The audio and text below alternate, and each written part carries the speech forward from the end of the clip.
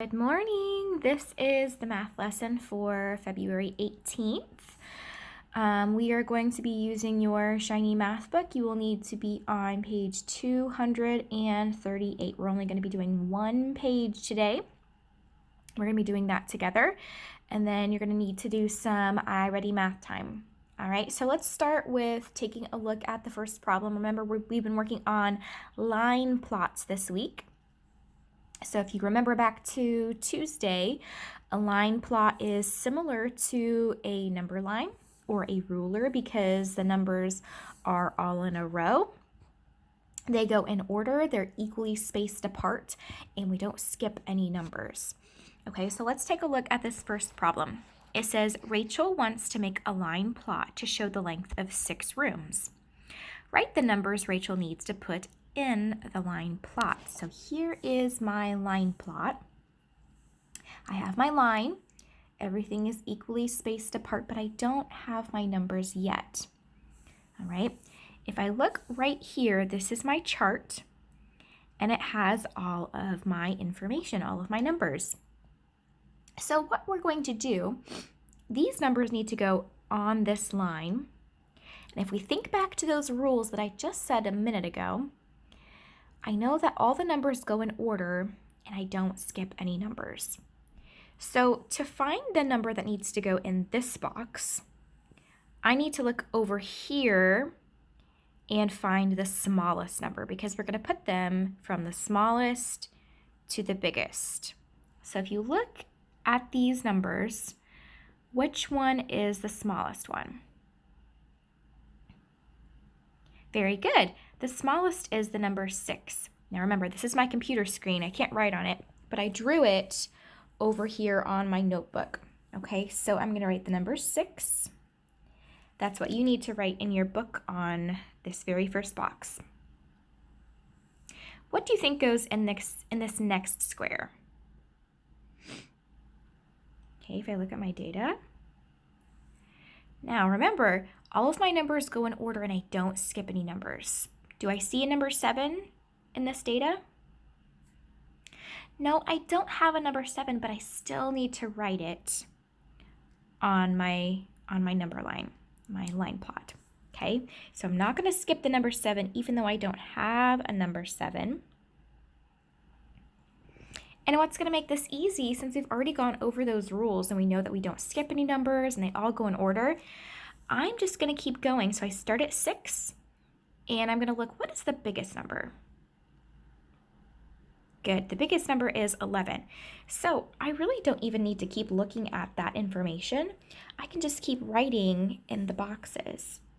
8, 9, 10, 11. Pretty easy peasy. Easy peasy. All right, let's look at the next problem. Scroll down just a little bit. It says explain. Look at the line plot at the right. So here's my line plot right here. Nate says that more people jumped 4 feet than any other length. Explain why Nate is wrong. So let's take a look. I see these are my long jump results. 3 feet, 4 feet, and 5 feet. So Nate says that he thinks more people jumped 4 feet. Let's take a look. I'm going to count my X's. I have 1, 2, 3. 3 people jumped 4 feet. Let's look at 5. 1, 2. Okay, so more people did jump 4 feet than 5 feet. So that part is correct.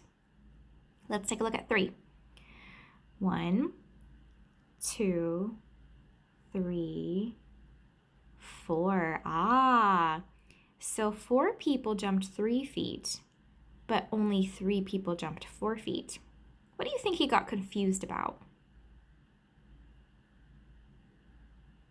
Well, I noticed that the X's over the 4 are a lot bigger than these X's over here. That's an important thing to notice because if you ever make your own line plot, you're going to want to make your X's to be as close to the same size as possible. Otherwise, you might make that same mistake.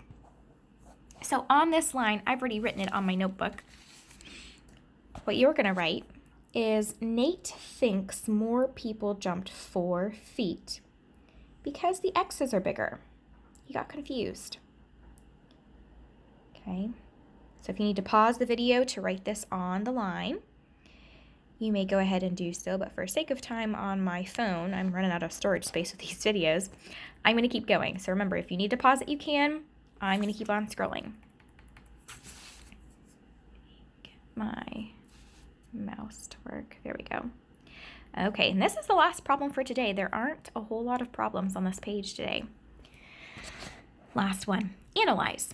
Bo made a line plot to show how far he ran each day. Tia says the farthest Bo ran in one day is 3 miles. Is she correct? Why or why not? Okay, so this line plot, every single X is for how far he ran. Okay, so here he ran 2 miles 2 times. He ran 3 miles 1, 2, 3 times.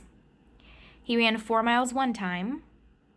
He ran 5 miles twice. He didn't run 6 or 7 miles.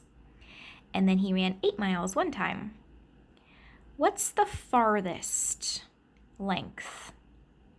Remember, all of these numbers are showing me the length. Which one is the farthest?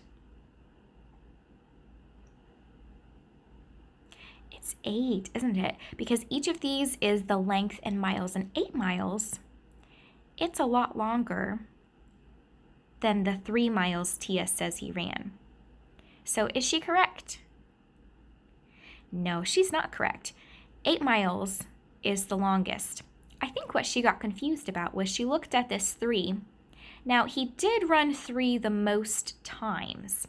Okay, this would be like, oh, let's just pretend it's in 1 week.